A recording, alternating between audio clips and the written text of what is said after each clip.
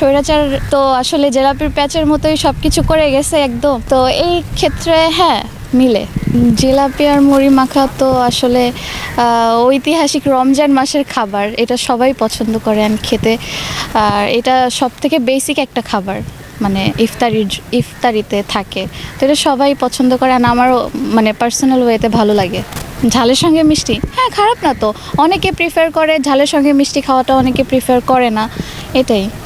স্বৈরাচারের সঙ্গে জিলাপির সঙ্গে, আচ্ছা জিলাপির প্যাচের ব্যাপারটা, হ্যাঁ হতে পারে, কারণ স্বৈরাচার তো আসলে জিলাপির প্যাচের মতোই সব কিছু করে গেছে একদম। তো এই ক্ষেত্রে হ্যাঁ মিলে। জি জি যায়, আমার মতে তো যায়। কারণ বিশৃঙ্খলা তো জিলাপির মধ্যেও আছে, প্যাচের কথাটা আগেই বলেছি। অ্যান্ড সেই রকম বিশৃঙ্খলা প্যাচের মতো করেই সে দেশটা থেকে চলে গিয়েছে।